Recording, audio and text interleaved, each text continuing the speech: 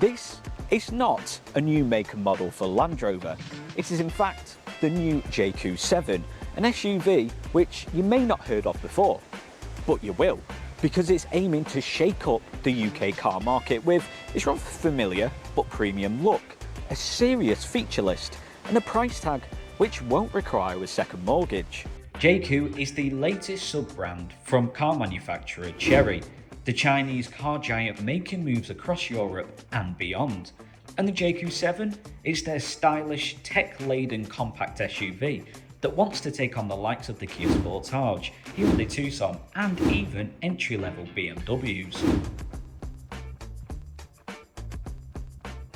First, let's talk about what's quite literally staring you right in the face, the Jaecoo 7's design. Yes, it has a front end which we might be familiar with, but there's always that saying, don't change what's not broken.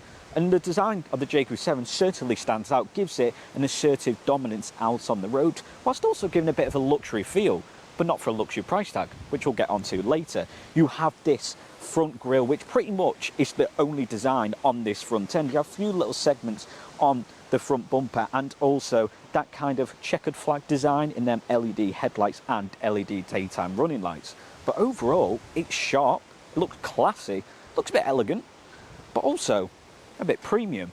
And with it measuring 4.5 metres in length, almost 1.7 metres in height, and sitting on 19-inch alloy wheels as standard, in short, the Jaecoo 7 has a lot of presence. Now, designers may have taped a picture of a Range Rover onto their monitors when drawing up the plans for this car. But you know what? I don't think that's a bad thing. Inside the Jaecoo 7, and it's surprisingly plush for a car of this price point.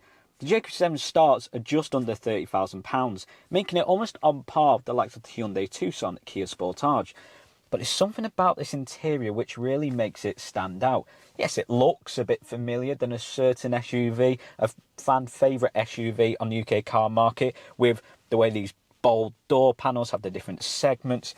The steering wheel almost feels like a carbon copy, and especially these chunky headrests seen throughout this SUV. I think what's also impressive is the amount of tech and features you get from that base spec, because you get this sweeping panoramic sunroof, a large infotainment system. It almost feels like everything about Jaecoo 7 is large, except the price tag.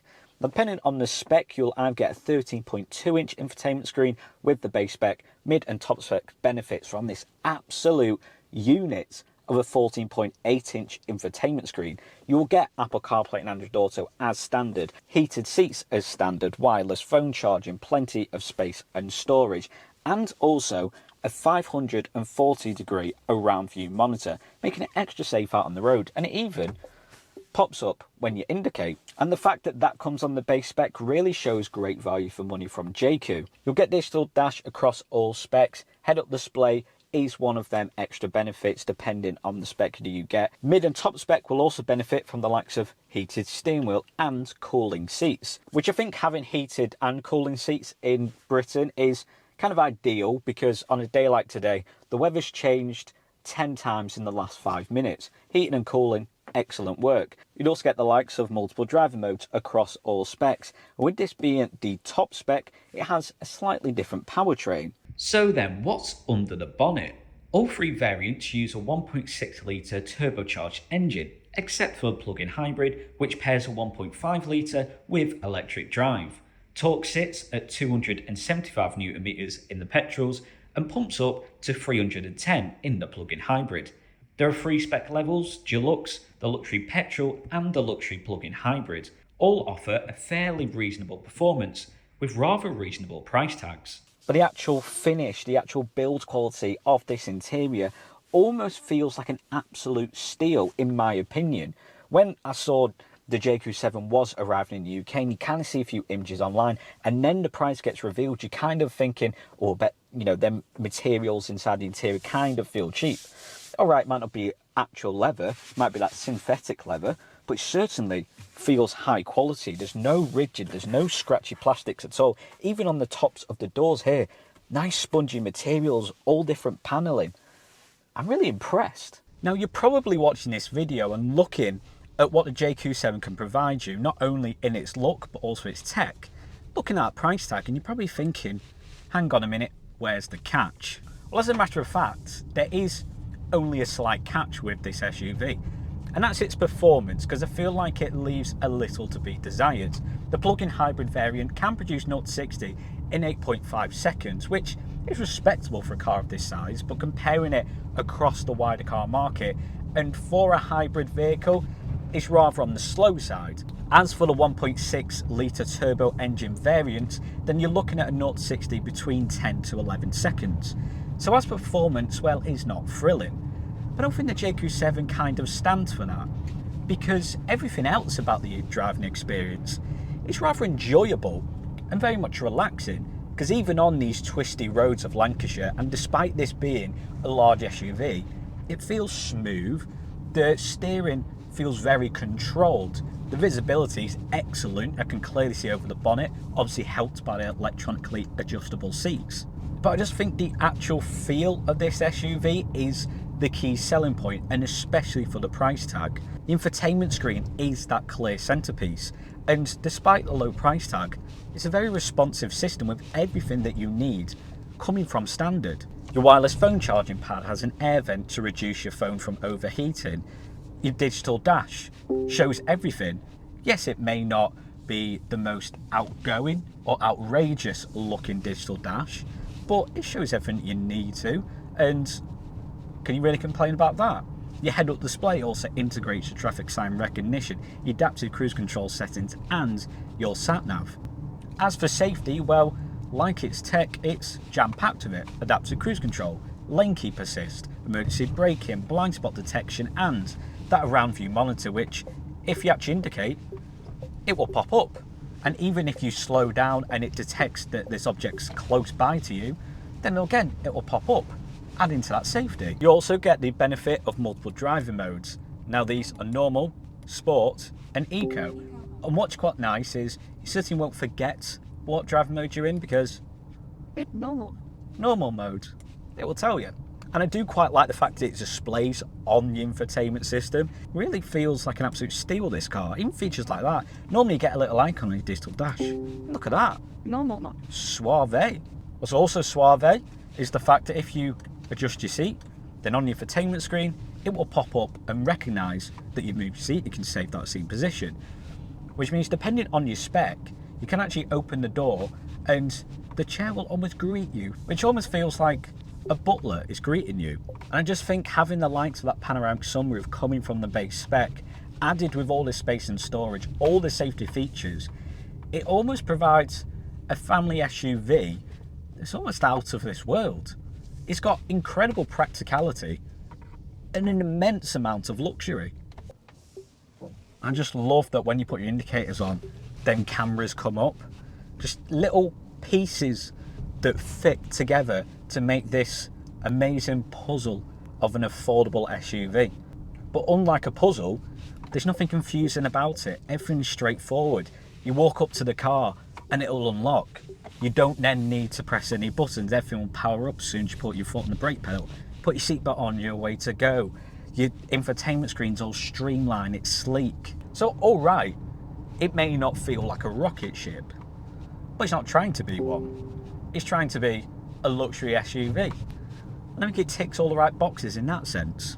And whilst you're enjoying that rather relaxing driving experience in the Jaecoo 7, you'll also be relaxed in the fact that everything you need for a road trip you can easily store, because underneath this power tailgate, which comes with all three specs, you get 500 litres boot capacity.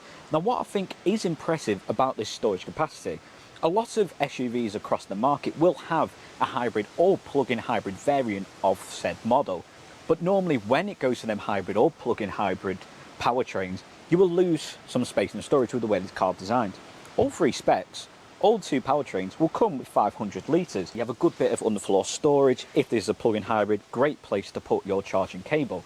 And I just think to have power tailgate on all three specs and not have it as an added extra, a bit of luxury, then I think there's nothing really to complain about. Adding to that extensive level of space and storage, the rear of the Jaecoo 7 has space in abundance. 2 segments of storage in your door cards. The legroom is rather impressive. You can quite easily get 3 kids. The fact that there is ISOFIX points, if you've got young kids, they'll also be safe. but even if you had 3 older kids, and I think even 3 adults, would fit fairly well. The amount of headroom that you get, the seats are quite wide, and especially the headrests just make it an all-round luxury car to be in. Now, despite this being the plug-in version of the Jaecoo 7, slide across to the middle and there's no lip, which means no matter how tall you would be, you'd fit fairly comfortably. Now, I wouldn't be shoving a 6'3", 6'4" person in the middle, but under 6 foot, you'd easily fit comfortably. In the rear, you also have a USB and USB-C port, which I quite like in today's modern world. You also get air vent in the back, so it makes it a bit cooler, although 2 would have been nice, and I think rear climate controls, again, would have been a good benefit. But I don't think for the price point you can really complain. What I do like, though, is you can have a bit of fun on the long drive, and let's say your sibling, partner, family members in the front, you can just keep annoying them by folding them in half in the front seat or giving them a limited amount of legroom. I get why they do that, is to allow for more space if you're wanting to store loads of items. You know, if you just nipped into town, done a trip to IKEA, then you could easily manoeuvre that rather than having to go round the side to the front. But I do think it's quite a gimmick. So then, what do I think of the Jaecoo 7? Now, it might be an SUV that no one has really heard of, but in my opinion, I'd expect to see plenty of these out on the road, because for its price tag, it is almost unbeatable. Starting at just over £28,000, you get so much quality and features as standard, an exterior and interior design which can almost fight with the big leagues. This may be one of the new kids on the block, but it's certainly ready to take on the big guns. Now, I'm not saying it is the perfect car. Its performance has something left to be desired. It's not thrilling, and compared to its competitors, kind of underpins them. However, that price tag for me is the key selling point.